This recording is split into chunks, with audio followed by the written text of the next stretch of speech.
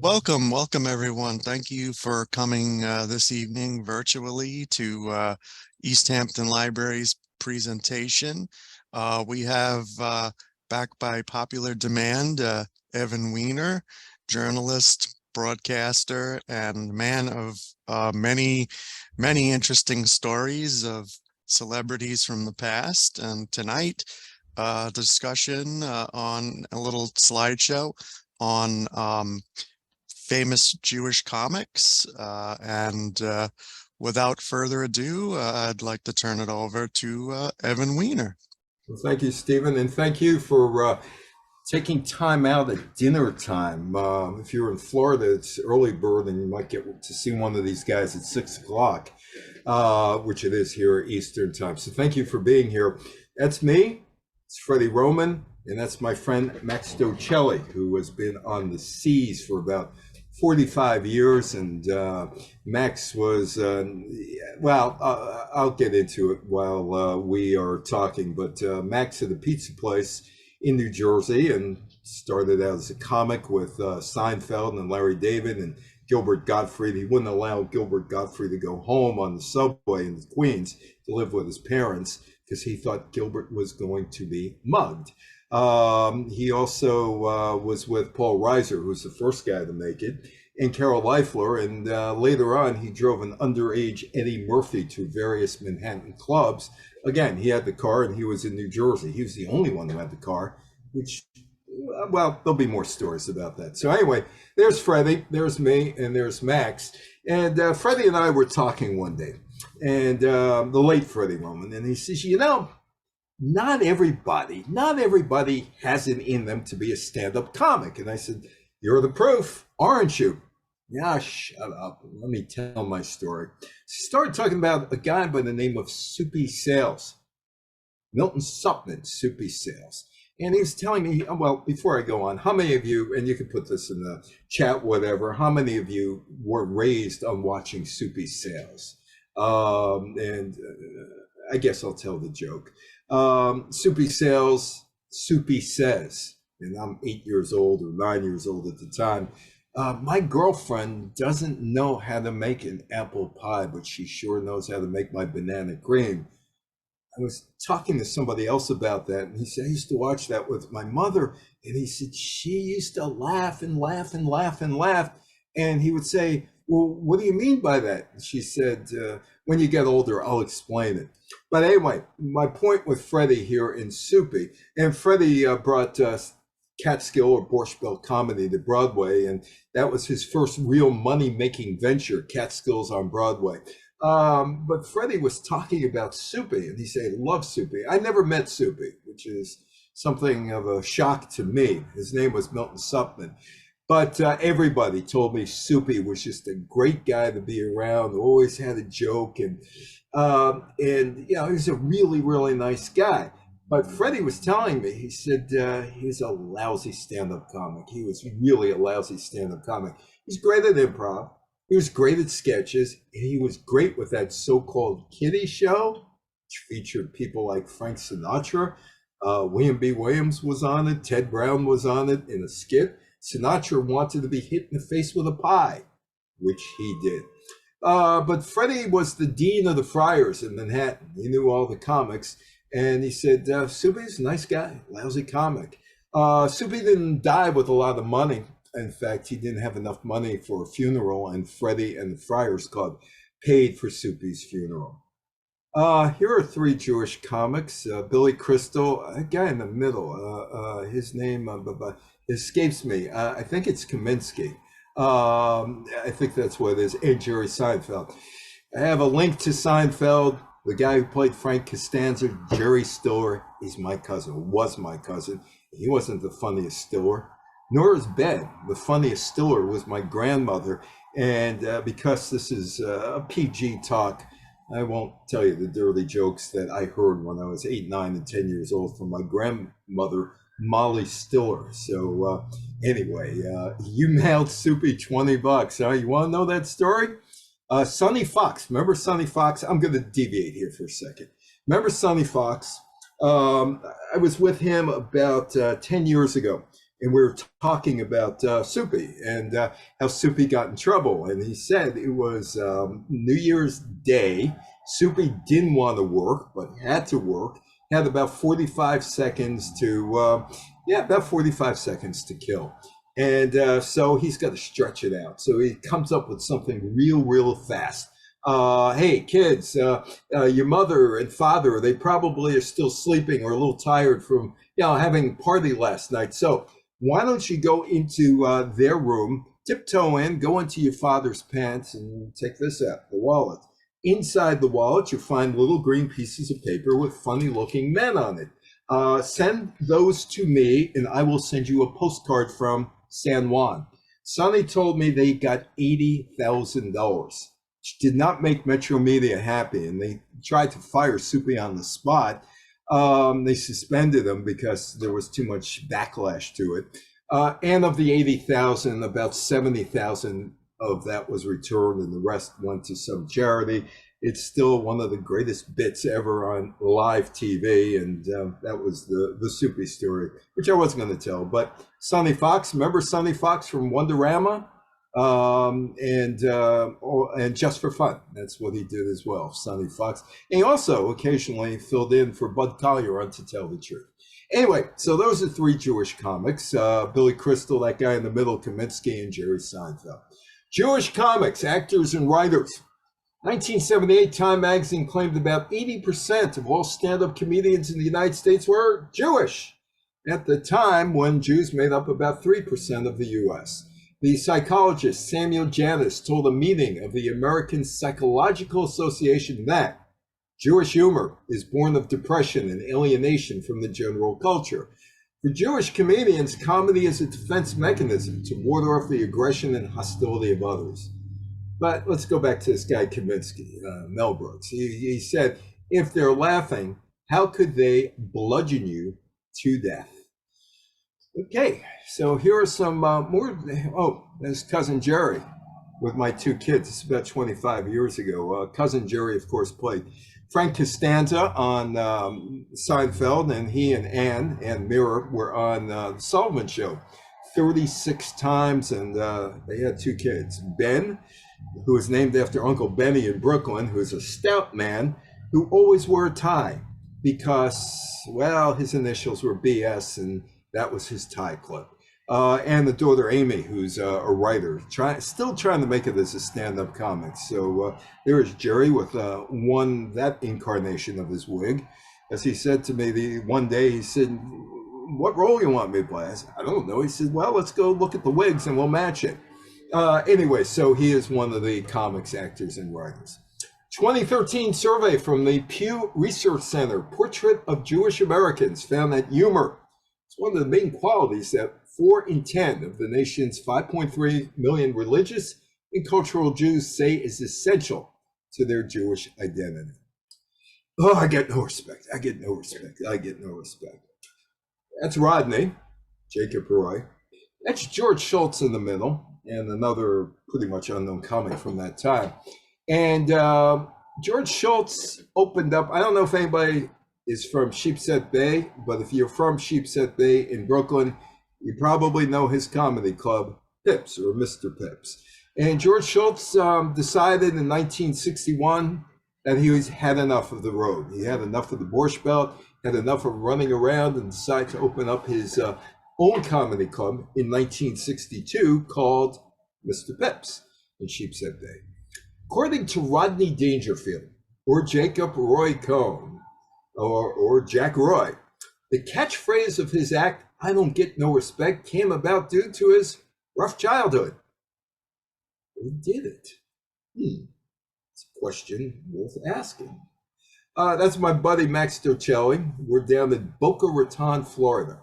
And Max is playing a comedy club. And I said, how many non-Jews are you going to see tonight? He said, me and somebody else, because he's in Boca Raton. And once he said, how much Yiddish do you know? I said, not much. He said, not even a bissel. He said, what a Chandra. I said, you have a Jewish agent, don't you? He said, yes. But according to Max Docelli, thank you, Max, for helping out with some of these stories.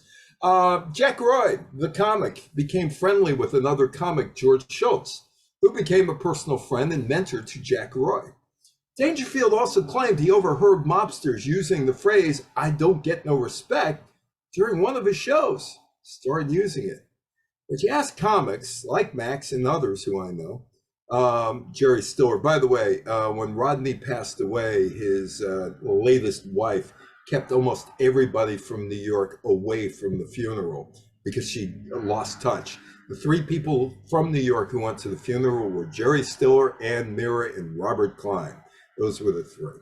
Anyway, but comics claim that Schultz used the expression. And when he got off the road in quick comedy, he told Jack Roy, "You could use that phrase. You could use it." Now, Max had the car. Remember, Max had the car. So, and he also played at Dangerfields. I spent $160 one night in Dangerfields. I was 24 years old. I don't know if I got my money's worth out of it. But Dennis Blair was great. He was the comedian that night, but that's another story for another day. Anyway, Rodney never felt comfortable around Max when Max brought up Schultz and said, "How'd you get a catchphrase? I'm looking for a catchphrase." And Max told me, he said, he wouldn't tell me. He changed the subject. Max played Rodney's club on First Avenue there in the 60s regularly. Sold him 5 jokes, got $125 per joke for the 5 jokes. And once he's performing in Miami Beach. And Rodney comes in, it's an after midnight show, and he comes in his pajamas and looks around and says, hey, my pipes are backed up. I'm really serious. I need a plumber. Is there a plumber around here? Well, where else would you go in Miami Beach at midnight looking for a plumber? Of course, a comedy club. And Max cleaned his pipes. There's more to that story than that. Max told the woman that he was trying to pick up, "You better come with me because that SOB is not going to drive me back here." But Max loved Rodney. Rodney loved Jack Benny. Jack Benny, the smart comedian of his time, or prior to 1950. Rodney talked about Jack. He was an ace. He was a doll. 1979 interview. And he says to me, "Rodney, I'm cheap. And I'm 39. And that's my image. But your no respect thing, that gets into the soul of everybody. Everybody can identify with that. Everybody gets cut off in traffic. Everyone gets stood up by a girl. Kids are rude to them, whatever." Says to me, every day something happens where people feel they didn't get respect. There is a link between Jack Benny and Rodney Dangerfield. There is a link. Audience didn't like Jacob or Jack Roy. Jacob Roy becomes Rodney Dangerfield. And he's bombing out in these clubs and he's jeered and people boo him as Jack Roy before he gets on the stage. So he says to the promoter, he says, "Hey, look, give me another name. Give me another, I don't care. Give me another name. Maybe they won't know who it is." And I come out and, so the club owner thinks, introduces him as Rodney Dangerfield. Who's Rodney Dangerfield? He was a one-time Jack Benny character on radio in 1943. It stuck. He was an overnight success, became a regular on the Ed Sullivan Show. Robert Klein said that Rodney was basically running a aluminum siding company. And there's an old story that Rodney is going to a place in Englewood, New Jersey, trying to sell aluminum siding. And it's in the afternoon. That's when Mike Douglas was on. And he's on the Mike Douglas Show. And the guy is looking at the TV and looking at Rodney. He said, "That's you. That's you." And Rodney, "No, that wasn't me. That wasn't me. It wasn't me at all." As his success grew, he used his fame to discover and launch the careers of other great comedians like Jerry Seinfeld, Jim Carrey, Roseanne Barr, Sam Kinison, and Tim Allen. Okay, before there was Mort Sahl, there was somebody else. I don't know how many of you remember Mort Sahl. He used to walk around with a newspaper. He had a ticker tape machine put into his house so he could read the latest news. It was from Montreal. Jewish satirist, credited with making caustic political and social satire popular, stand-up comedy. Often walking on stage, holding up a rolled-up newspaper, he liked to riff on the headlines of the day and extended improv monologues. At a time when comedians tended to stay clear of politics, took dead aim at politicians, and he ended his set with this line: "Are there any groups I haven't offended?" He influenced North Belmore's Lenny Bruce, who would take Sahl's freeform style and cutting satire to crude new heights. Government records show that the FBI director, J. Edgar Hoover, somehow kept files on everybody, thought the stand-up comedian Mort Sahl was a very sick man. Wonder if Clyde Tolson agreed with that. Oh, well, that's another story. And the feds kept close tabs on Sahl's jokes about them, believing that he and like-minded comedian Lenny Bruce were receiving material from communistic sources. And there is Lenny Bruce being busted in Manhattan. Yeah, he was busted in Greenwich Village because the DA, Frank Hogan, and Cardinal Francis Spellman didn't like his act. I suppose they were worried that some 9-year-old kid would go into the club after midnight to the late show, and they'd see Lenny Bruce swear and smoke cigarettes and drink and be a negative influence on that 9-year-old, although it was a positive influence on George Carlin. Get to that in a minute. In the America of the late 1950s, Bruce emerged as a leading proponent of what was called sick humor. The term referred to comics who stepped out beyond the stock jokes to poke fun at rigid conventions of American society. He denounced racists and bigots and performed routines focused on societal taboos, which included sexual practices, drug and alcohol use, and specific words considered unacceptable in polite society. George Carlin was watching that and watching what was going on with Lenny Bruce. And of course, George Carlin came up with the 7 dirty words routine. Took it right from Lenny Bruce. And he became famous for using forbidden language. He was often arrested for public obscenity. Before Jon Stewart, there was somebody else too. And there is Jon Stewart, the most trusted name in fake news. Screamed out an NPR website story on him. Now, he was supposed to be there for 18 to 34-year-olds. But he had a lot of people well over the age of 34 that watched him. He expressed his opinions nightly on The Daily Show, which constantly ranked among the top programs viewed between the demographic of 18 to 34.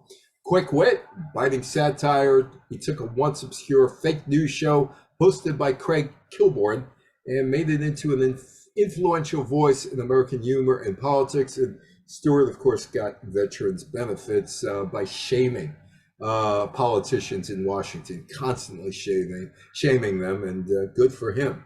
But before Jon Stewart, before Lenny Bruce, before Mort Sahl, there were 3 others. There they are: Moe, Larry, and Curly, and they lampoon Adolf Hitler. They are the first to lampoon Hitler, and there is Curly doing his Goering imitation, and Moe doing Hitler, and Larry doing Goebbels. The Three Stooges, 3 Jewish satirists. Moe Howard and his brother Jerome, Moses Hurwitz and Jerome Hurwitz, or Curly, Larry Fine, Larry Feinberg, and the Columbia studio boss, Harry Cohn, were Jewish. The Stooges, as you well know, and I'm sure a lot of you grew up watching, if you were in the New York market, the Stooges on Channel 11. Every market had the Stooges back in the 50s and 60s on TV. They were the first Jewish satire artists. Now, you could make the claim that the Marx Brothers were, and yeah, they were in a sense, but they never really took aim at anybody. They took aim at the subject, but never at anybody. And for being For You Nazi Spy, which was released in January 1940, they got on Hitler's list marked for death. You Nazi Spy is significant. Came at a time when many Hollywood studios, who were owned by Jews, were trying to placate Nazi Germany, bowing to Germany pressure to sanitize films that might slightly even be critical of the Third Reich. Germany was a powerful market for Hollywood movies, and in the days before the U.S. entered the war, sometime between September 1939 1939 when Germany invaded Poland and Pearl Harbor. Studio heads, and Pearl Harbor was December 7th, 1941. Studio heads feared losing the market if they were perceived as too critical for Hitler and his policies. That is a slide from You Nazi Spy. There is Mo, or is that Hitler? There is Larry, or is that Goring, or rather Goebbels, and there is Curly. Is that Goring, or is that Mussolini? And look, he's got the medals. He's got the backward swastika. Larry is wearing the Jude badge. It's all there. And you can see why Hitler is probably going crazy. It's a short. Most Stooges films were two-reelers, which were approximately 22 minutes. And it includes Mo as a Hitler lookalike, including an on-again, off-again toothbrush, mustache, and uniform. Curly is Field Marshal Goldstone. Direct take on Germany's Field Marshal Hermann Goring, with a touch of Mussolini thrown in for good measure, and Larry's the Minister of Propaganda, a skewering of Hitler's Joseph Goebbels. The three have a national emblem. Snakes intertwined to form a backward swastika. And they have a country, it's called Moronica. And Moronica has a slogan, Moronica for Morons, a direct parody of Nazi Germany's Germany for Germans. And they repeatedly yell, Heil, Heil, Heil. There were 4 anti-Hitler shorts in the catalog for the Three Stooges. You Nazi Spy, you. I'll never heil again. I'll never smile again. Back from the front, in Gents Without Sense. They were the 4 Stooges anti-Hitler shorts. They were the first to go after Adolf Hitler. Now, there was kind of a circuit to make it big. There was vaudeville, there was burlesque. There were 2 burlesques, QUE at the end, family show, K at the end. Girls took off their clothes, film, radio stars, eventually TV stars.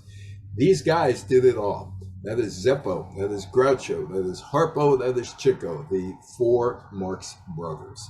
W.C. Fields said the Marx Brothers, the only act he couldn't follow live on stage, is known to have appeared with them on the same bill only once during an engagement at Keith's Orpheim Theater in Columbus, Ohio, January 1915. At the time, the Marx Brothers were touring Home Again, and it didn't take W.C. Fields long to realize that my little comedy juggling act, I can't keep up with the Marxists. It's just too much. That's a young W.C. Fields, a very young W.C. Fields. Fields later wrote of the engagement and the Marxists. They sang, they danced, played harp, kidded in a zany way. Never saw so much nepotism or such hilarious laughter in one act in my life. Only act I couldn't follow. Told my manager I broke my wrist and quit. And that's a more familiar looking picture of them in their get-ups. Chico, Zeppo, Groucho, and Harpo.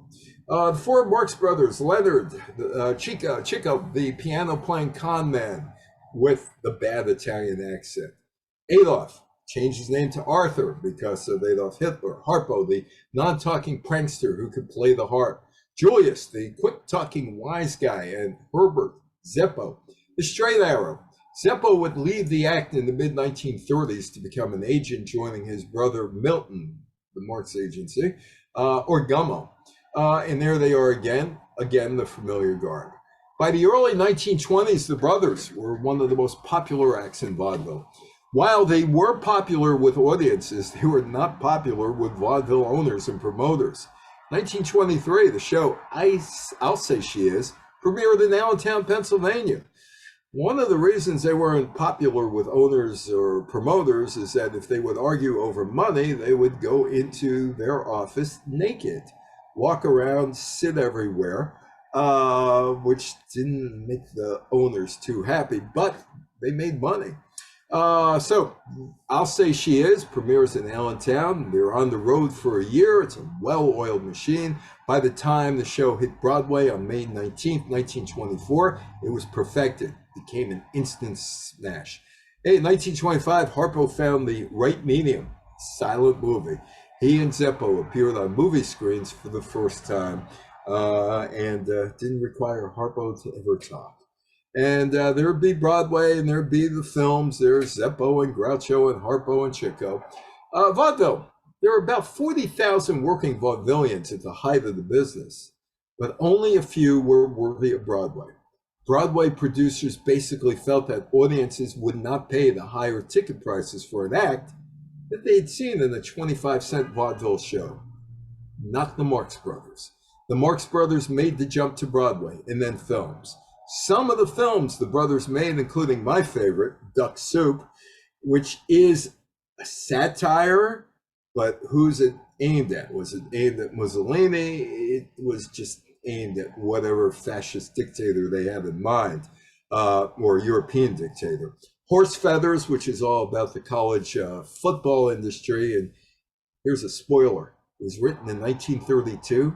91 years later, it's still relevant. Groucho goes to a speakeasy to find football players. He wants to pay him for Huxley to beat Darwin. He finds Chico and Harpo. Night at the Opera. They would also do radio. Groucho made it to TV with You Bet Your Life. You know, say the secret word, the duck will come down. It's a common word that you'll see anywhere, and that would be it. And the talking movies killed vaudeville. The vaudeville burlesque film radio stars. That is the smart comic of his day. That is Jack Benny, or Ben K. Benny, or Benny Kibelski. He was the one, head and shoulders above everybody else. Achieving national fame in vaudeville was quite a feat. Didn't happen to many people. It did for Jack Benny. Benny never lacked for booking on the big-time vaudeville circuits. He toured back and forth across America, parts of Canada, with varying success that depended on the sophistication of his audiences. He was the smart young comic of his day. He made his radio debut on the Ed Sullivan Show way back when, about 93 years ago. The Jack Benny program. Most people under the age of 50 have no idea. That's Dennis Day. Rochester, and Phil Harris, and Mary Livingston, and Jack, and Don Wilson, and Bugs Bunny, or Daffy Duck, or Yosemite Sam, or Barney Rubble. No blank, of course. 1932, vaudeville's in the death spiral because of the Great Depression and Herbert Hoover's amusement tax, which was added onto that so the government would get more money. Benny became the #1 comedian in radio history. But when he started, he had to produce 2 30-minute segments of brand new material every week, and you just couldn't do it. You couldn't rattle off the old jokes. You know, you might be in Des Moines, Iowa in 1925 and not get back there until 1928. That's the way vaudeville was, so you could use the old stuff because people aren't going to remember it. So the Benny Show created conversations between speakers on the show. Basically, they invented one of the first workplace situation comedies. And he was a mainstay in the golden age of radio. The show lasted 23 years, till 1955. Radio was doing the transformation. There's rock and roll music. There's transistor radios. And NBC is doing the Monitor Show, which is really the first talk radio show, and can't compete with TV. Benny had a TV show on CBS by then. The radio show is a hell of a lot better than the TV show. There's just more energy in the radio show. And yeah, Benny, by the time he gets on TV, that's 1950. He's already 56 years old, and they were all in their 50s by that point. So the radio show seemed very fresh. TV show, a little stilted, but it was good. Burns and Allen, Nathan Barabom. That's George Burns. George Burns wrote most of the material, played the straight man. Allen played the silly woman, but early on in that team, they had the opposite roles until George realized that Gracie's straight lines were getting all the laughs, so they made the change. On the radio show, George would end the show with a line, "Say goodnight, Gracie." Gracie would say, "Goodnight, Gracie." Rowan and Martin's Laughing borrowed the bit for their 5-year run between 68 and 73. Dan Rowan, the team of Rowan and Martin, Dan Rowan, the co-host, would use the line, "Say goodnight, Dick." All the people that were on the show, that particular show, would say, "Goodnight, Dick." And Dick would end the show by saying, "Good night, Dick. The funniest man ever was Harry Ritz." I'm going to stop here for a second. I just want to see if anybody wants to type it in. How many of you know who Harry Ritz is? Just, let me know, and yes, Jack Benny could play the violin. Yes, he could. He could play the violin, and he helped save Carnegie Hall. Go look that up with Isaac Stern back in the early 1960s. Hey, we got one, the Ritz Brothers. Anybody else? Anybody else? Give you 10 more seconds. 6, 5, 4, 3, 2, 1. Funniest man ever was Harry Ritz. Who said that? This guy Kaminsky again. In the late 1970s, Esquire magazine published a feature entitled, "Mel Brooks says this is the funniest man in the world." As far as I'm concerned, says Mel Brooks, Harry Ritz was the funniest man ever. His craziness and his freedom were unmatched. There was no intellectualizing with him. He just hoped there were no pointy objects in the room while he was working, because you were down on the floor, spinning out of control, laughing your brains out. Harry Ritz always put me away, always. Well, if you don't believe Kaminsky, why don't you believe this guy? Sid Caesar.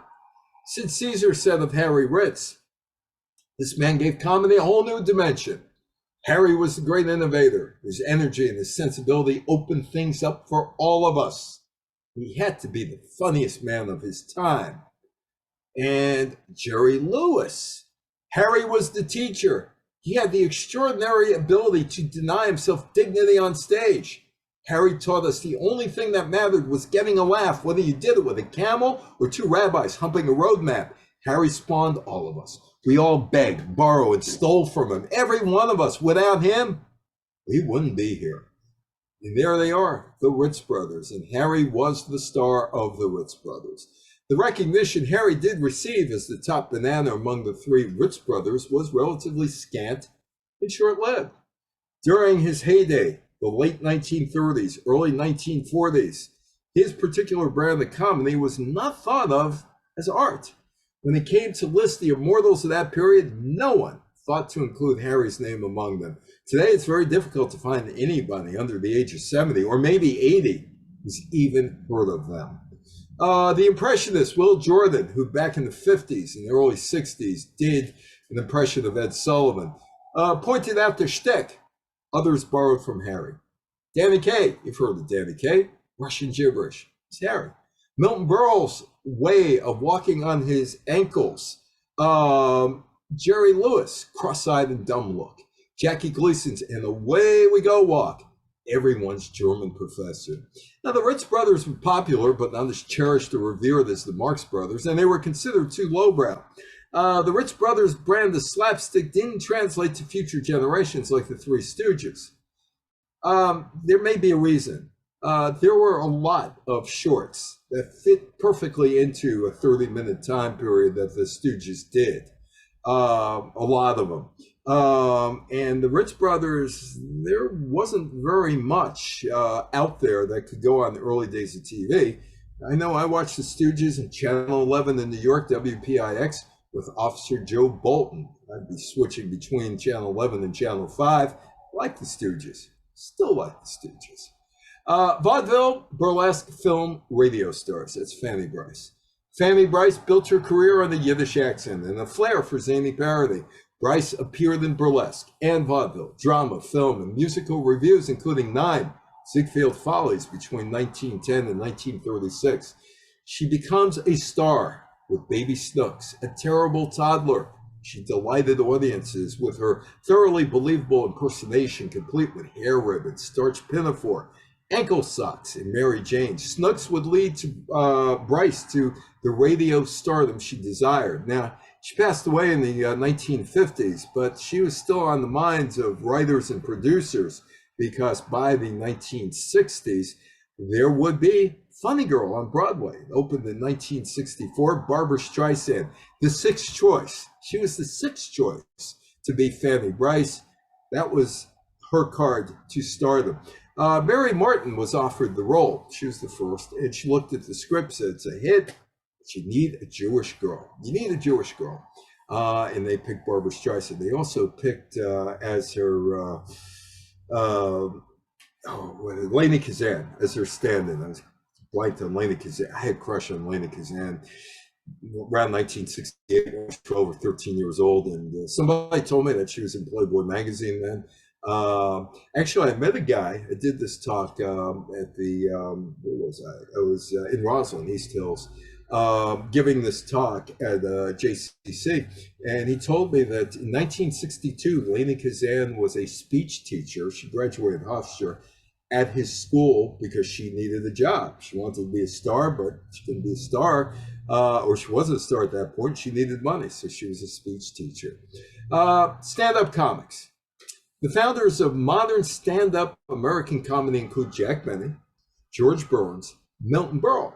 They all came from vaudeville. They spoke directly to the audience as themselves in front of a curtain, known as performing in one. It's Jack Benny, who's rather Groucho Marx, who said that the movies killed stand-up comedy, at least from burlesque or vaudeville. Of course, stand-up comedy would be the staple of the Borscht Belt. That is literally where it was born. Oh, there's me doing the side lounge at Kutcher's, doing a talk there, selling my book. Speedy Garfin was next to me that day, and I forgot who the comedian was. I missed Shecky Green by about 3 days. Shecky Green was on his annual retirement tour, and he still is on his annual retirement tour. So there is Kutcher's. The Borscht Belt. Borscht Belt humor was a style of Jewish comedy. Region in the Catskills, popular resort destination in the 1920s through the 70s for Jews who were excluded from other resorts, or people like Freddie Roman, whose uncle owned a resort up there, and Freddie had an absolute love for the Catskills and the Borscht Belt. He told me some stories. I'll tell you a story in a minute. Oh, you had comics like Benny Bell, who's famous for his songs Shaving Cream, Kosher Comedy, Yiddish Language, Benny Bell. Families would stay at such a resort for a month or more in the summer. Husbands would work in the city. Oh, Mrs. Kutcher, she told me about all this. I'll tell you about it in a second. Mildred Kutcher. The husbands would work in the city during the week, driving out up there on Friday afternoons. If they survived Route 17 in Sloatsburg without getting a ticket, they were lucky. I had a boss named Gene Gugik in the late 70s and early 80s at a radio station, WGRC. He was a failed comic in the Borscht Belt.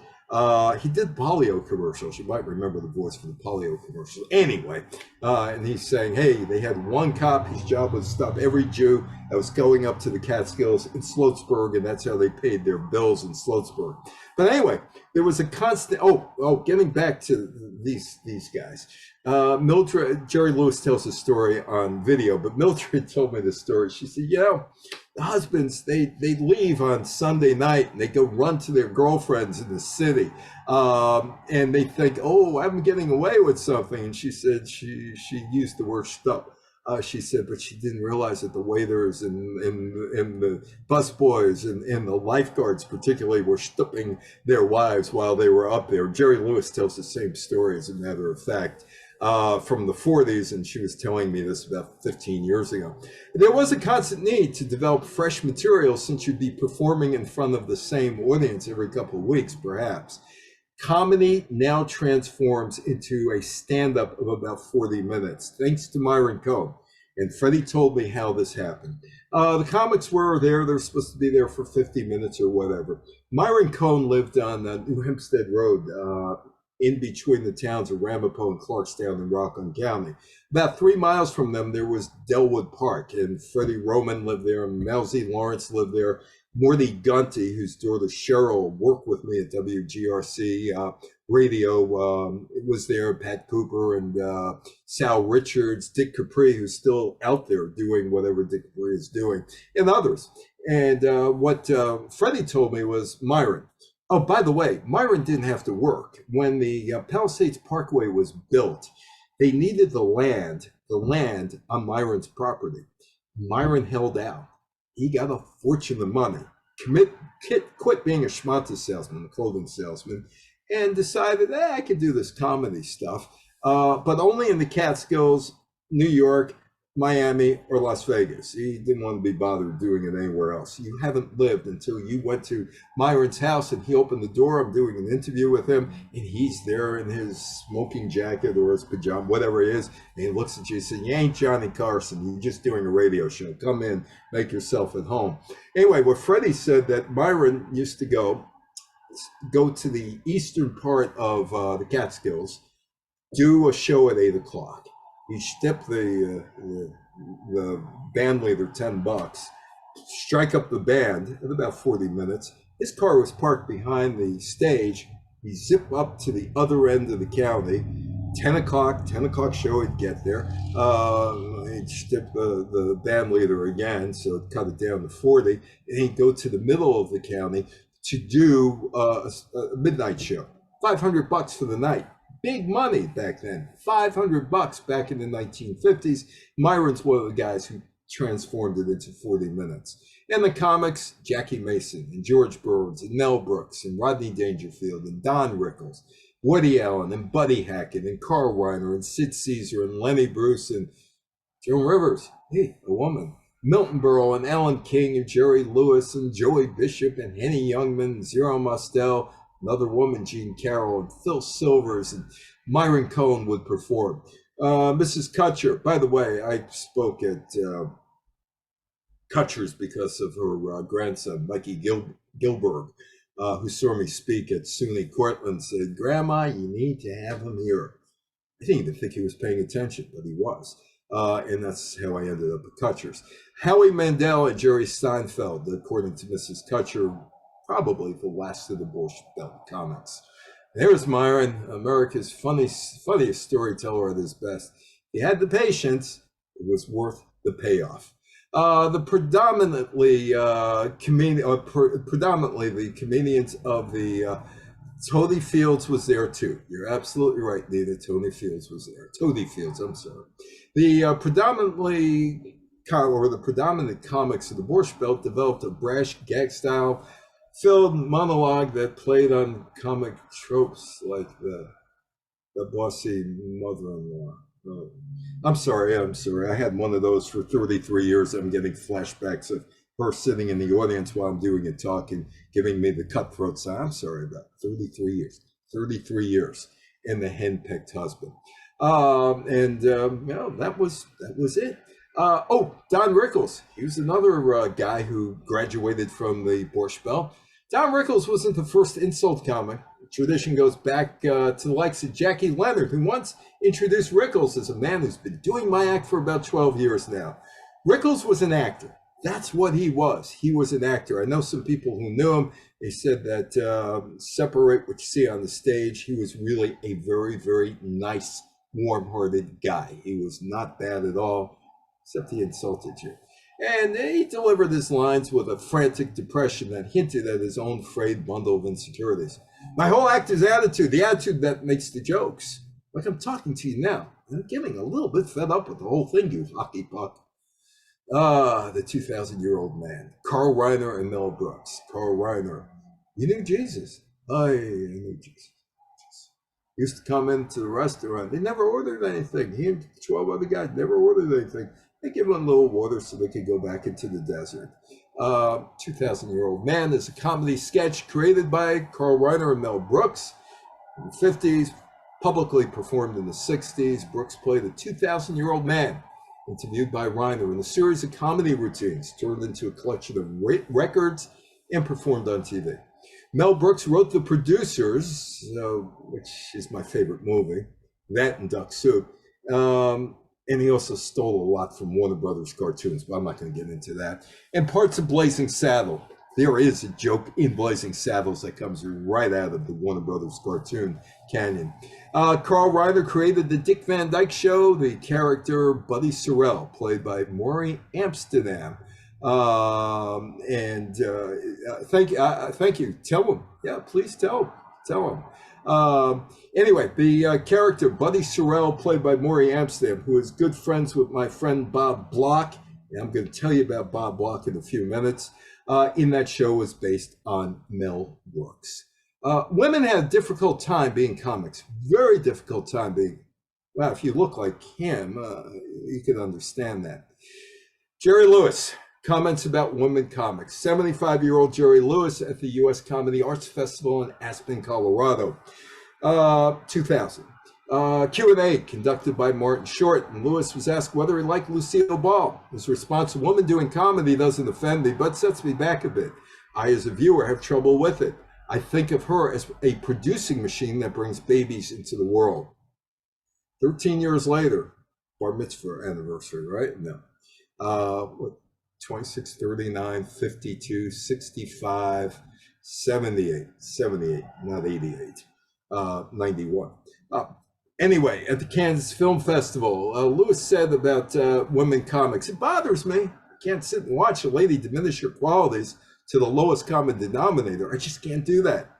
2014, he's 89 years old. He described Lucille Ball as brilliant and called Carol Burnett the greatest female entrepreneur of comedy.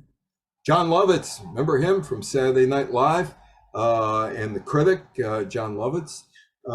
Charles Grodin used to invite me down to these ridiculous things that he did. Charles Grodin was always looking. By the way, here's the valedictorian of his class in Pittsburgh, Jewish also.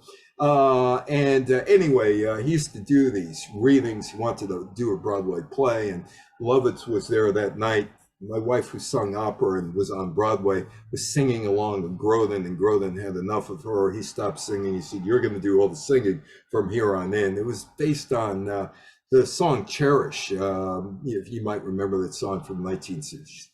Terrible. But anyway, John Lovitz talking about Jerry Lewis. Upon the passing of Jerry Lewis, John Lovitz tweeted, "Jerry Lewis, another comic legend gone. What an amazing talent and philanthropist. A long, well-lived life." He was born in Newark, New Jersey as Joseph Levitch on March 16, 1926 at Beth Israel Hospital to Russian Jewish parents. His father, Daniel Levitch, Big Danny Lewis, was an MC, vaudeville entertainer at the Catskills, used the name Danny Lewis. His mother, Ray Levitch, Nee Brodsky, was a piano player for a radio station, more than likely WMCA back in those days, from the McAlpine Hotel. Those days. Lewis started performing at the age of 5, performed alongside his parents in the Catskills. By 15, he had developed his record act, in which he exaggeratedly mimed the lyrics to songs on a phonograph. And then the big break comes. It was slow, though. It was slow. He meets this guy, Dino Crucetti, on the streets of Manhattan in March of 1945, and they became friends. And they would perform at the Glass Hat Club in Manhattan and heckle each other. In late July of 46, Jerry's booked to play Club 500. Remember Jerry? Jerry's one of these guys. He was all guys at that point. Was booked to play the Club 500 in Atlantic City. Singer by the name of Jack Randall was scheduled to appear with Jerry on the bill, but he never showed up. Recalling the times he goofed around with Dean, Jerry went to the club owner, Boss Skinny D'Amato, told him, "Hire Dean. We fool around on stage. We do funny stuff together," except they never did. Dean was unemployed. He was also working at WMCA Radio. Well, I'm not sure it was called working because he wasn't getting paid, but he was at WMCA. And he flew in, took the unexpected gig offer. That night, July 25th, Dean sang a few songs, went off stage. Jerry did his record act. He went off stage. There they are. After they finished their performances, Skinny D'Amato, a slightly sinister gangster type, "Come into my office. Where's the funny stuff? Where's the funny stuff?" We were stuck for an answer. There better be some funny stuff in the next show. Or else. What's the or else? Cement boots, walk off the pier and into the Atlantic Ocean, but these guys were afraid. As the hungry and desperate pair chowed down on their deli fare, Jerry wrote the genesis of the Martin and Lewis act on the wrapper of his pastrami sandwiches as showtime grew near. What they did was tell the busboys, "Bring us some sandwiches, bring us some club soda," and he's frantically writing, so it's there for the midnight show. Called it Sex and Slapstick. His idea: pair a handsome, confident man with a monkey. The Monkey and the Organ Grinder. He's the monkey, Dean Martin's the organ grinder. Within a week, they were the hottest act in showbiz. The rest is history. They split up in 1956, 10 years to the date. They first took the stage together. The biggest act in showbiz in the 40s and early 50s. Dean wanted to get away.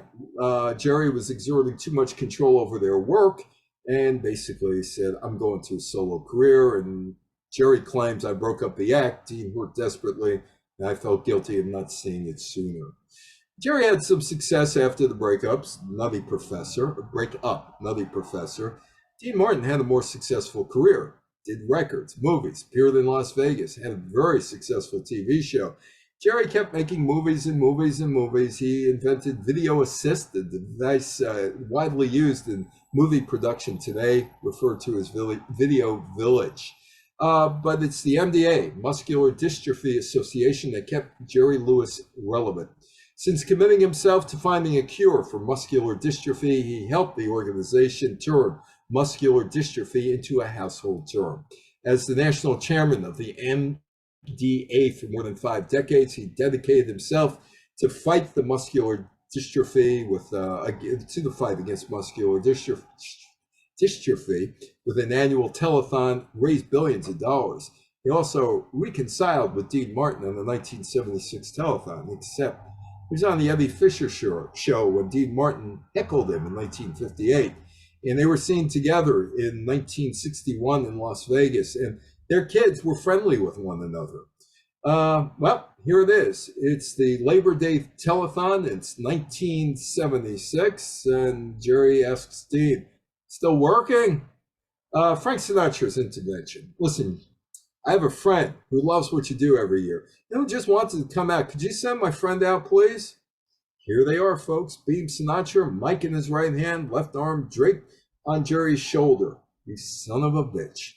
Standing ovation lasted more than a minute. They were never close again, but they were respectful, and it came full circle. A generation of fans who did not like the fact that they broke up got to see them one more time. Although they did one more show in Las Vegas when Dean was 72. Jean Carroll's an interesting woman because very few people know who she is. She's also a good-looking woman, and consider all the comics of that time, which included Moms Mabley and a very exaggerated-looking Phyllis Diller and very young Joan Rivers.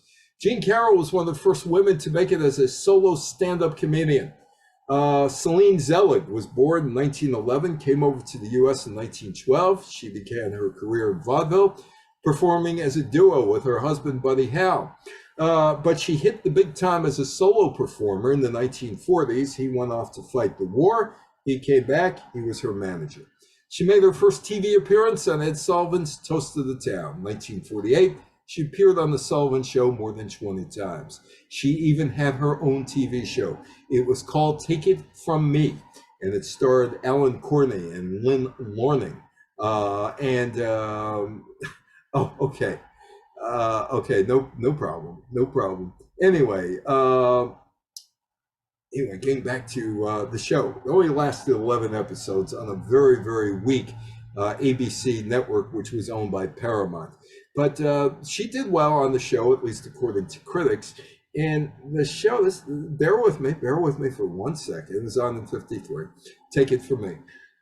She combined her stand-up act with a domestic sitcom, which she portrayed a beleaguered housewife, which sounds an awful lot like Seinfeld 36 years later.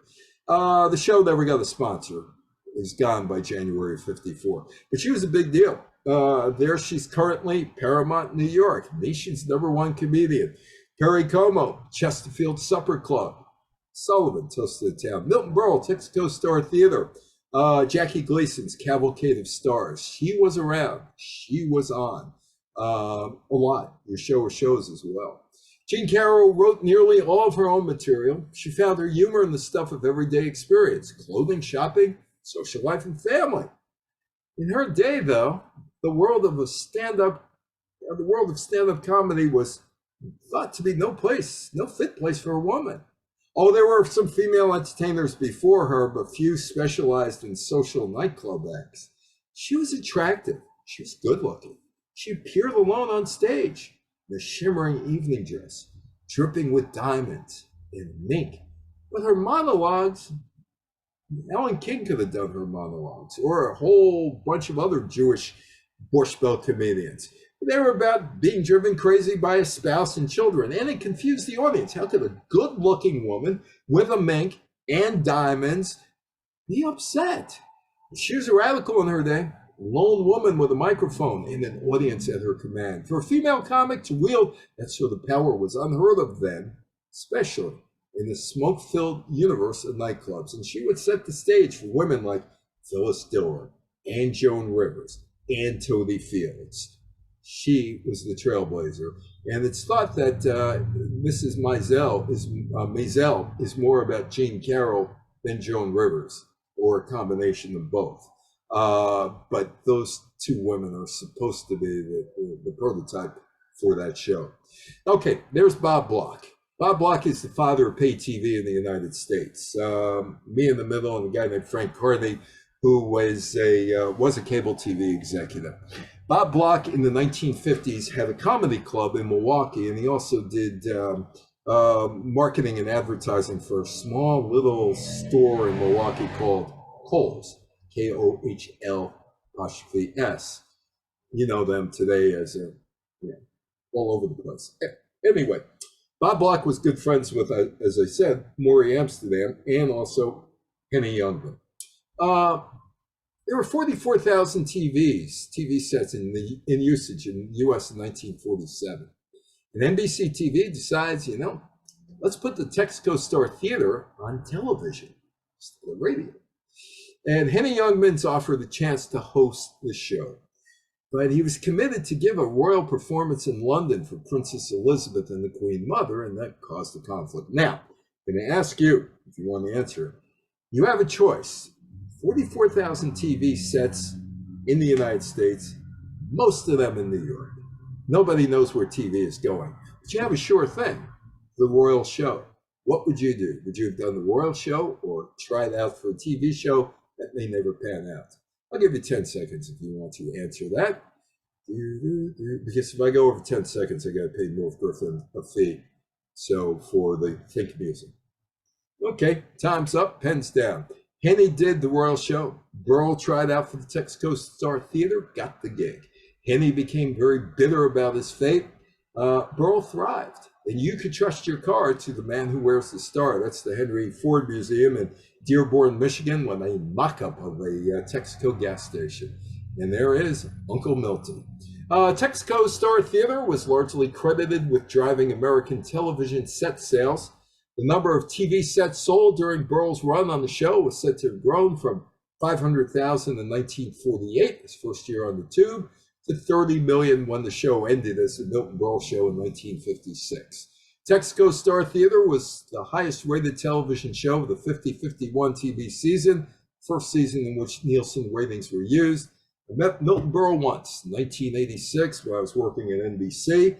I was up there filing a report. He was up there going through 60 years of NBC radio for a show that they were doing, 60 years of NBC. Very nice to me. And I tell that to people, and they said, "You sure that was the Milton Berle?" I said, "Yeah, sure it was the Milton Berle." Yeah. Your show of shows, Sid Caesar. It was a live variety show, 50 to 54. Sid Caesar and the cast, and here are the writers. This guy Kaminsky again, Mel Brooks, Neil Simon, and Danny Simon, and also Mel Tonkin, and Lucille Kalin, and Selma Diamond, and Joseph Stein, and Michael Stewart, and Tony Webster, the only non-Jew, the guy on the staff, Carl Reiner, all writers. And then for the Caesar show, Larry Gelbart and Woody Allen. Woody Allen was the water boy, literally, joined the writing staff. Your show of shows, well, things came out of it, like Neil Simon's Laughter on the 23rd Floor, a Broadway play in 1993. And Carl Reiner said the years that he spent on your show of shows was the inspiration for the Dick Van Dyke Show. And your show of shows also inspired the 1982 Movie, my favorite year, produced by Mel Brooks. Woody Allen, stand-up comic in the 1960s before he became a filmmaker. Sets included routines about everything from Brooklyn to marriage to vodka ads to the moose, a memorable bit about shooting a moose and the repercussions he faced from doing so. His contemporaries included Joan Malinsky. In the mid-1960s, Rivers was pushing the boundaries of taste and drawing grudging respect from her fellow stand-up comics in the largely male-dominated field. Remember Rodney Dangerfield or Jack Roy or Jacob Cohn, whatever. He had a bad performance. Come back tomorrow. Maybe we'll change your name. Maybe they'll be better the next time. Now, when it came to women, they were quick to fire her after dicey performances. Audiences sometimes found her grating, and Joan Malinsky's parents regarded their daughter as a failure, childless, divorced, unable to find steady work in a respectable profession. My mother-in-law, 33 years, knew the Malinskys from the country clubs on New Rochelle on the Long Island shore. Joan Rivers, oh, by the way, I asked Max Docelli, I said, are you in a respectable profession? And Max said, no, I'm a comedian. Joan Rivers didn't like the usual Catskill shtick.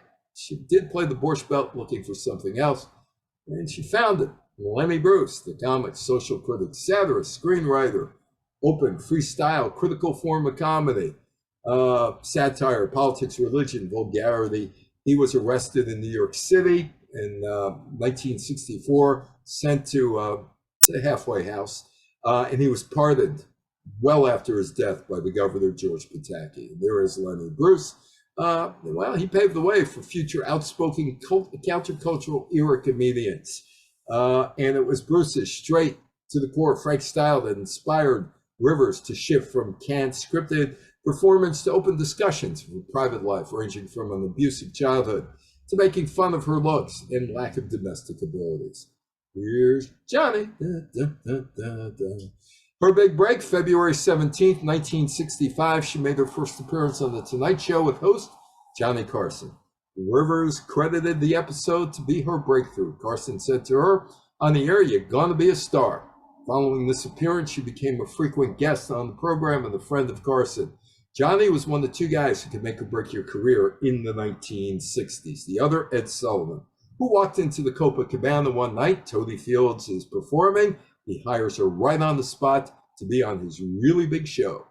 Rivers was in the circuit with Lenny Bruce and Woody Allen and Richard Pryor, George Carlin, and Dick Cavett. But they were peers and friends, but they never included her in anything. But she hit the circuit. Ed Sullivan, Mike Douglas, Dick Cavett, Girl Talk with Virginia Graham, became rather well known. She wrote material for the puppet mouse Topio Gigio. Oh, do you know she was handicapped? Yeah, she was handicapped. I bet you didn't know that. Well, she must have been, because she was in it said so in the New York Times. It said so. Joan Rivers, a new comedian of ripening promise who opened midweek for a 2-week run at the bitter end. It's an unusually bright girl who's overcoming the handicap of a woman comic. Looks pretty and blonde and bright, yet manages to make people laugh. Wait, if you're a woman and you're pretty and blonde and bright, you can't make people laugh? Marilyn Monroe did. Marilyn Monroe was pen pals with Albert Einstein. That was the New York Times review in 1965. Joan would get the permanent, the New York Times that she was in. I didn't say it was the New York Times. She would become the permanent guest host of the Tonight Show in 1983. But there was a feud between her and Carson.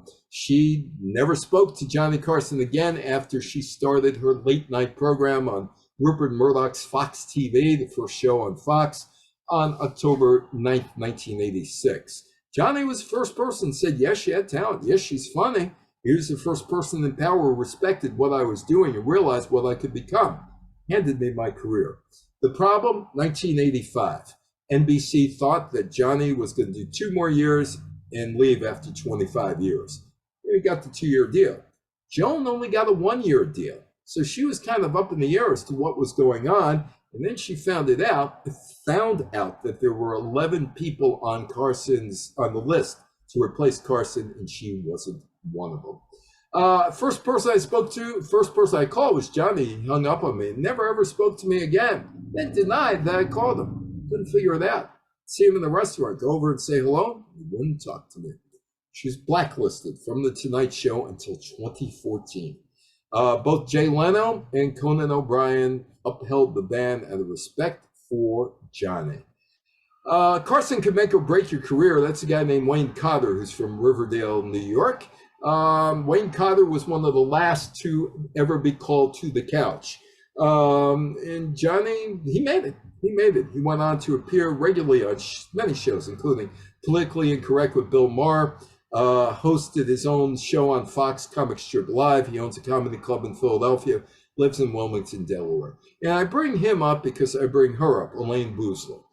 She began doing stand-up in the early 1970s. She was working as a waitress at the Improv and doing her act there in Manhattan. Her act consisted of jokes about her experiences as a single, heterosexual woman and a comedian. Impossible expectations of both.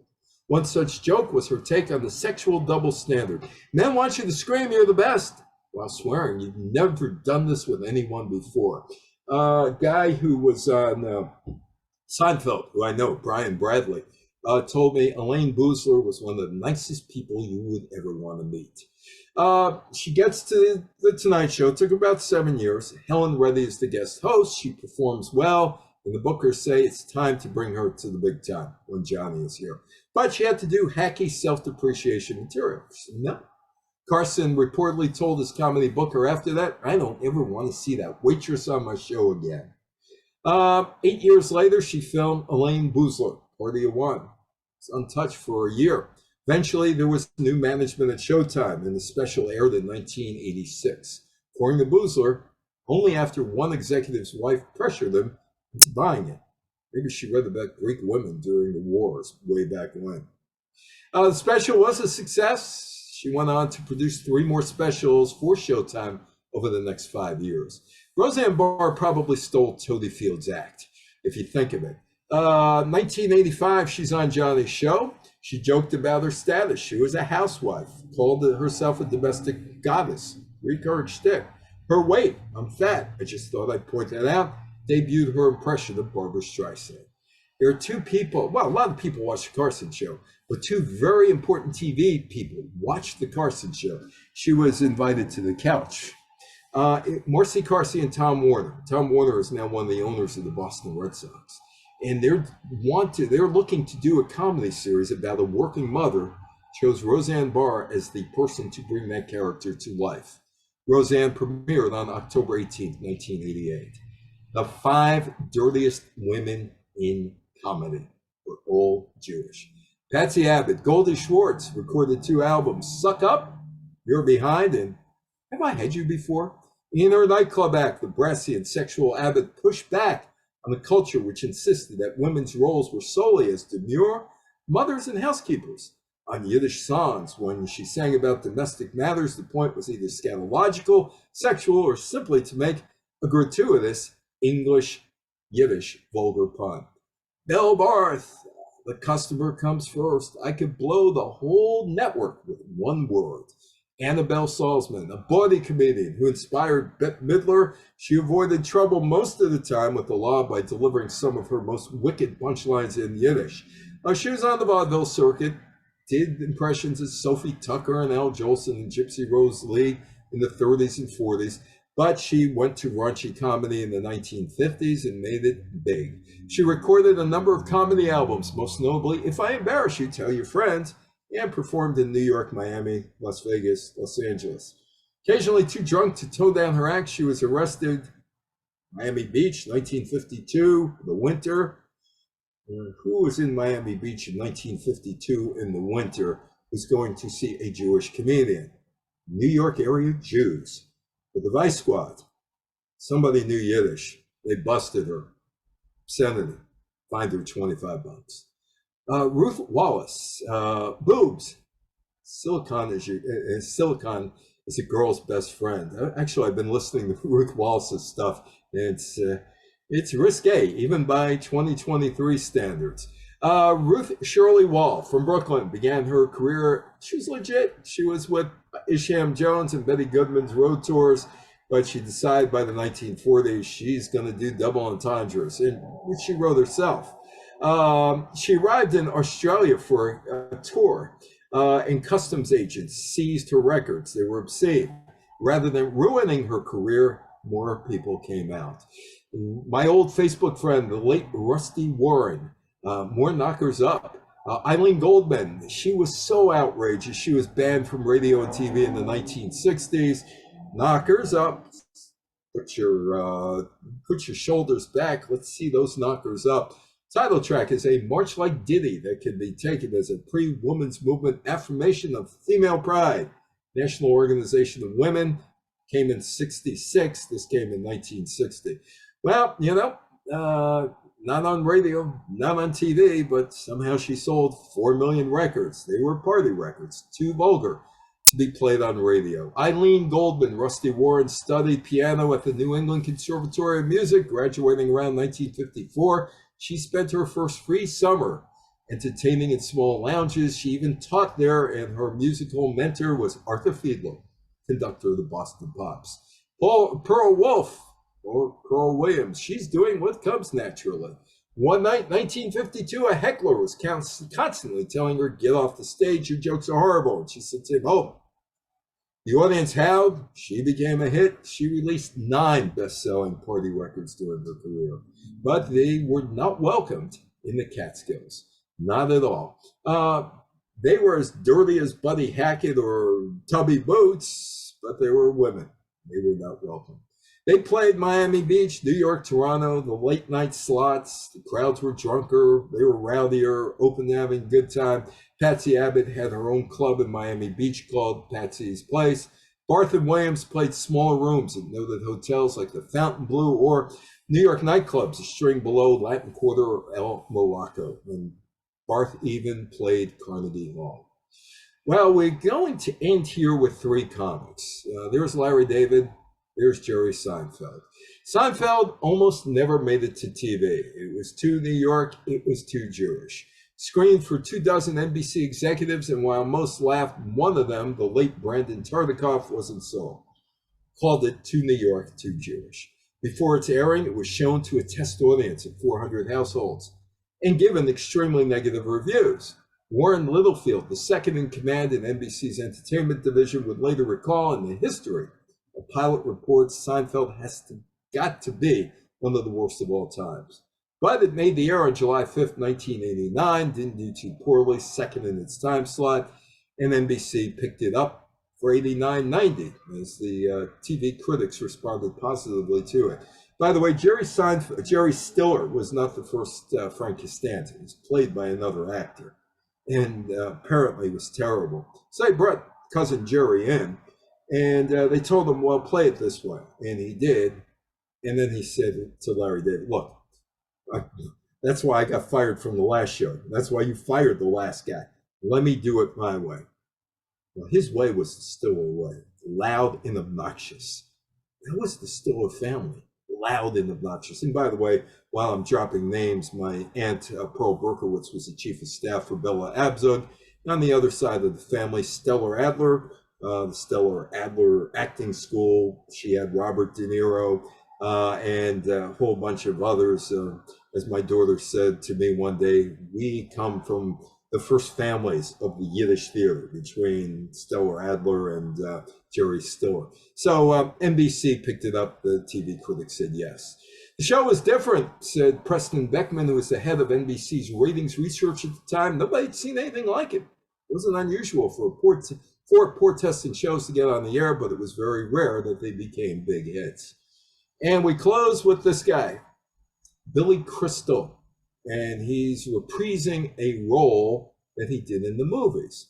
The Borscht Belt is fondly remembered, even by comics. Billy Crystal returned to the character of stand-up comedian Buddy Young Jr., a role he portrayed in the 1992 movie Mr. Saturday Night in a Broadway run in 2021-2022.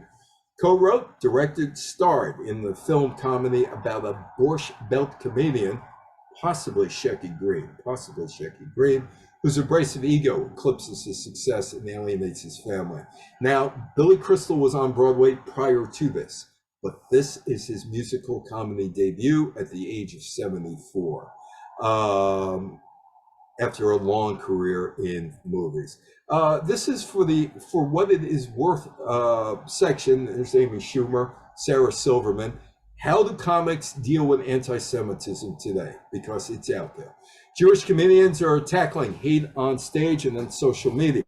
2022, 2 weeks after a Trump-supporting heckler threw a beer can at Ariel Elias at a comedy club in New Jersey over her politics, a video of the incident went viral and she made her network television debut on Jimmy Kimmel's ABC late night talk show. The mother-in-law trope, which I've done here because I had one for 33 years. Anyway, Jewish comics don't even know what kind of jokes they can tell about Jews these days. Comedy is supposed to not be pretty. You're supposed to laugh at it. So they're trying to figure out what crosses a line, and you got to be, I'm talking to a number of my comic friends, you got to be so PC, politically correct this day, and they were losing laughs, they claim. So for what it is worth, here's Comedy Central's list of the top Jewish comics. Number 3, actually the greatest comics, which is either Richard Pryor or George Carlin, 1 or 2. They're 1 or 2. Lenny Bruce is 3, Woody Allen 4, Rodney Dangerfield 7, Roseanne Barr 9, Seinfeld 12, Don Rickles 17, Robert Klein 22, Jack Benny 28, Milton Berle 29, Gary Shandling 30, George Burns 31, Albert Einstein, oh wait a minute, it's Albert Brooks, not Albert Einstein. Yeah, Albert Brooks, when he started, tried to register his name and with the Screen Actors Guild, or one of those out there in LA, and they said, you know, that Albert Einstein, somebody's got that name, so you might as well change your name. And he did to Albert Brooks. Andy Kaufman, 33, Buddy Hackett, 34. For what it is worth, there's Adam Sandler. 39, Billy Crystal. 40, Mort Sahl. 41, Jon Stewart.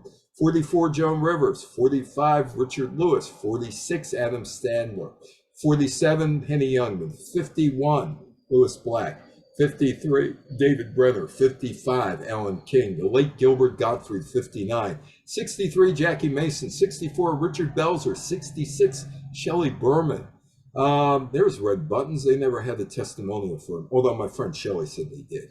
67, Kevin Pollak. 68, Dave Attell. 71, Red Buttons. 73, The Waitress, Elaine Boozler. 74, Robert Schimmel. I went to school with his sister, Sandy. 77, Paul Reiser. 82, Howie Mandel. 86, Jay Moore. 95, Andrew Dice Clay. 96, Joey Bishop. 97, Sandra Bernhardt. No Jack Benny on there. No Groucho Marx on there. Long forgotten comics. Long forgotten for Comedy Central.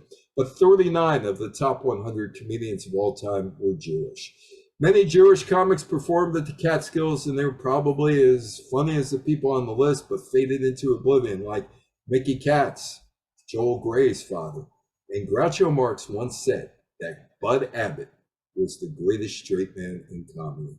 Thank you so much for your time. Any questions, any comments? The floor is all yours.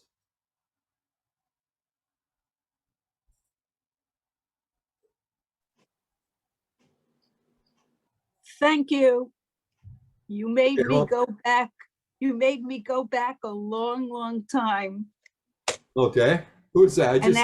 I just missed you. Who's that? Who's speaking? Oh, Doris. Okay. Hi, Doris. And the best was I was with my husband by a swimming pool. I forgot the name of the hotel, and Myron Cohen walked over. Myron spent an hour and a half telling us jokes by the water. Myron, huh? Like I said, you haven't lived until you. Oh, I got a Myron story. Okay. And this has been confirmed by, I speak up in Rockland County in Myron's old neighborhood. When Myron got that big property in Palisades Park, he put his house back and he put a synagogue in front of his house. So and that's where Freddie went to synagogue, and Morty Gunty, who's died very young because of cancer, secondhand smoke from the comedy clubs. And like I said, I'm friends with his daughter, Cheryl. But anyway, so there's a synagogue in front of Myron's house, and it's still there. And Myron would come, and it would be Saturday, and he would stop the rabbi's sermon occasionally and say, listen up, listen up.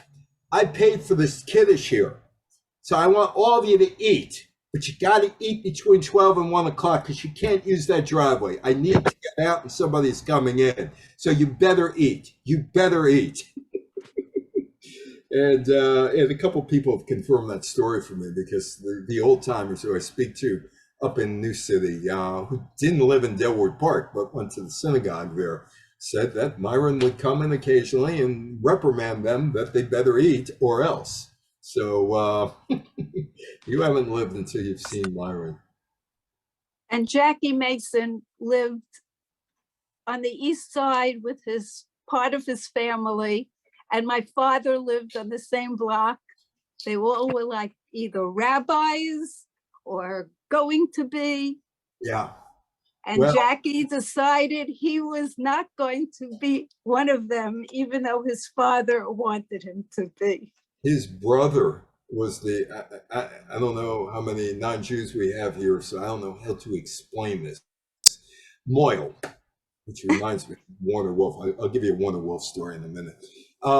He was a Moyle, the guy who performed the circumcisions, and he was booked. He was always booked. You had to be on the waiting list for him to go there. As far as Ed Sullivan, I don't know other than this. I did see Jackie Mason. He was living at the Carnegie Towers, and I see him on the street. And he was a little guy. He was like 5'3". And I said to my wife, we're walking down 57th Street. Oh, there's Jackie Mason. Yeah, it's Jackie. I wonder if I should say hello to him. And my comic friends enjoyed this story. And he's all smiles and all that. And I said, nah, we got to get to our car. We don't want to pay for a ticket. So you can see he's all deflated. His daughter was a comic, and he didn't help her at all. And a lot of comics were turned off by him because he didn't help his daughter in any way, shape, or form. I was going to give you another story. Was it about Myron? But he did well on Broadway. Yeah, he did well. He did very well. I was going to give you another story. Was it about Myron? I guess not. What was the story I was going to give? Sorry, I forgot what story I was going to give, but sorry about that. It'll dawn on me a bit later. He said that when he was officiating in synagogue, he was so funny. He had more non-Jews in the synagogue than Jews. Oh yeah, I believe that. Yeah, I believe that. So that's a story I was going to tell you. That's the story. Super Dave Osborne, Albert Brooks's brother. Yeah, that's Albert Einstein's brother. And you know how the father died, right? He was at the Friars Club. He was telling jokes, and he dropped dead right there telling a joke. Kind of killed him, but he dropped dead right on the stage. The way he wanted to go out. In Cars, Going for Coffee is a terrific series, and he recorded a lot of people even before their death, like Jerry Lewis. Take a look at that series. Yeah, I've seen it, and when I saw the one with Carl Reiner and Mel Brooks. Okay, when Carl Reiner and Mel Brooks are together, this is as a journalist, right? I'm as a journalist. You eavesdrop. You don't put yourself in. You go, and that's it. Just go. And when you're done, just tell me. And he interrupted them. You don't interrupt Mel Brooks and Carl Reiner. That's my criticism of that show.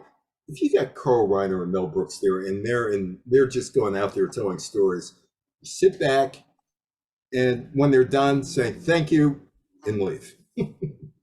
So Park your carcass. Yeah, I mean that's basically what you should do, and they didn't do it, which is unfortunate. That was Albert Einstein's father's name. Park your carcass. Yeah.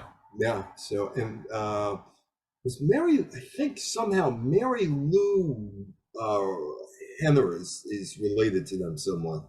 I'm not sure about that, but there's something there, or distant or whatever. Thank you, Evan, and thank you everybody for zooming in to this evening's lecture. And This was encyclopedic, Evan. Well, Jerry, what Jerry's story I was going to tell you about Ed Sullivan. Okay, I'll leave you with this. Ed had everything for everybody, right? He had Topio Gigio for the kids. He had the music act for the teenagers. He had the Broadway act for the parents that sent their kids out, that got babysitters. And he had the Durantes and all those other people later on. So Jerry's telling me a story one day. He and Anna are on. And Anna Marie Alberghetti. You know who Anna Marie Alberghetti is? Singer, right. My wife was in summer stock with her. So I married a singer too. So keeping the tradition going. So anyway, Anna Marie Alberghetti is on. And Jerry and Ann are done, and they're watching the rest of the show. And on Sunday nights, Broadway is dark. So Ed would bring on somebody from Broadway to sing the song from whatever production that he was pushing. And so Jerry's telling me that Anna Marie Alberghetti is finished, and she gets a smattering of applause. And Ed goes out to the stage. Come on, let's hear it. Come on, let's hear it. Let's hear it for Ave Maria. So Jerry had a lot of stories about them, but Jerry was on 36 times. 36 times on that show. So with Ann, and Ann was a very nice woman. When they got married, some of the family treated Jerry, they sat shiver for him as if he died. She ended up being president of her local Hadassah, and Ann was just, she's such a nice woman. I mean, she really was a nice woman. And Jerry, Jerry and I, one day we saw Madonna together at Madison Square Garden. And he says, "Who's that?" I said, "It's Madonna." He said, "What?" She's all hunched over, and she's only like 5 foot tall. And he said, "That's what people are going crazy about?" I said, "She is an Aunt Byler, so." So anyway, Jerry and I, I'll tell you about Jerry's father, Bill. He died at the age of 101, and he lived at Bathers, a nursing home in Rockland County. And anyway, his wife died, get remarried. Next wife died, get remarried. He kept getting remarried. Why? Because he wanted to. And finally, he croaked at 101. Aunt Jenny died at 99. Jerry only made it to about 87. But my father's name was Arnold. I had an uncle named Jerry. And Jerry had a brother named Arnold. And I said to him one day, I said, "Jerry, were we so poor that we could only afford 2 names?" So anyway, that's me and Jerry. So and I have plenty of more stories about them. So anyway, I'm taking up too much of your time tonight. Thank you. We loved it. Thank you. Thank you for the stories and for a great presentation. And we'll see everybody again on the next lecture.